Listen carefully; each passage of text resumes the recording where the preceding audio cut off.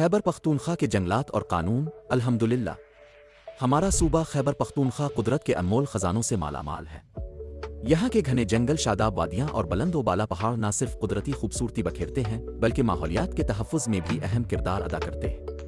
لیکن کیا اب جانتے ہیں کہ ان جنگلات کو محفوظ رکھنے کے لیے حکومت خیبر پختونخوا مسلسل نئے قوانین متعارف کروا رہی ہے؟ آج ہم آپ کو ایک ایسے ہی قانون کے بارے میں بتائیں گے جو نہ صرف جنگلات کی حفاظت کرتا ہے بلکہ عوام کو معاشی فائدہ بھی پہنچاتا ہے۔ سال 1975 سے لے کر اب تک خیبر پختونخوا میں کئی بڑے شجرکاری منصوبے کامیابی سے چلائے گئے ہیں، جن میں watershed management, forestry sector project, Kalam integrated development project, Malakand Dir social forestry project اور گرین پاکستان پروجیکٹ شامل ہیں۔ ان منصوبوں کے تحت لگائے گئے درخت اب تناور ہو چکے ہیں۔ ان ملکیتی جنگلوں کی صحت کو برقرار رکھنے کے لیے بیمار، خشک، خراب اور گنے درختوں کی کٹائی ضروری ہے، کیونکہ طویل عرصے سے ان کسانوں نے اپنی زمینوں سے کوئی فائدہ حاصل نہیں کیا۔ اس عمل سے انہیں فائدہ بھی پہنچے گا اور جنگلات کی صحت بھی برقرار رہے گی۔ اس مقصد کے لیے حکومت نے Khyber Pakhtunkhwa disposal of exploitable trees of wood lot rules 2017 کے نام سے ایک قانون بنایا ہے۔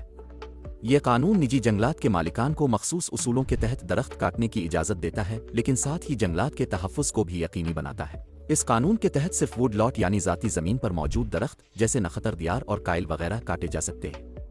نیز صرف وہی درخت کاٹے جائیں گے جن کی قطر کم از کم 20 انچ سے زیادہ ہو، تاکہ دیگر درختوں کی نشو و نما پر کوئی منفی اثر نہ پڑے۔ اگر کوئی شخص اپنے جنگل کے درخت کاٹنا چاہے تو اسے ڈویژنل فارسٹ آفیسر کے دفتر میں درخواست دینا ہوگی۔ اس کے ساتھ ریونیو ریکارڈ، حد بندی کا نقشہ، درختوں کی تصاویر اور دیگر ضروری دستاویزات بھی جمع کرانی ہوں گی۔ اگر مالکان ایک سے زیادہ ہوں تو انہیں ایک مختار مقرر کرنا ہوگا۔ درخواست جمع ہونے کے بعد فارسٹ اہلکاران رینج فارسٹ آفیسر کی سربراہی میں جنگل کا معائنہ کرتے ہیں اور درختوں کی تعداد، خسرہ کی حدود اور دیگر تفصیلات کا تعین کرتے ہیں۔ جنگل کی نشاندہی کے بعد ڈویژنل فارسٹ آفیسر خود موقع پر جا کر موجود تمام درختوں میں سے صرف اور صرف 30% درخت مارک کرتے ہیں۔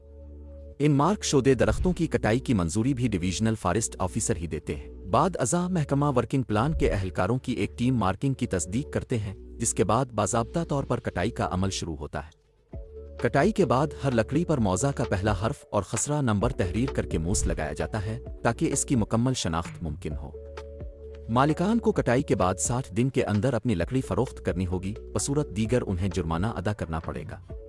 اگر اس دوران کسی قسم کی غیر قانونی کٹائی کی گئی تو سخت جرمانے عائد ہوگی۔ یہ قانون نہ صرف جنگلات کی بہتری کو یقینی بناتا ہے بلکہ عوام کو یہ باور کراتا ہے کہ شجرکاری سے معاشی فائدہ بھی حاصل کیا جا سکتا ہے۔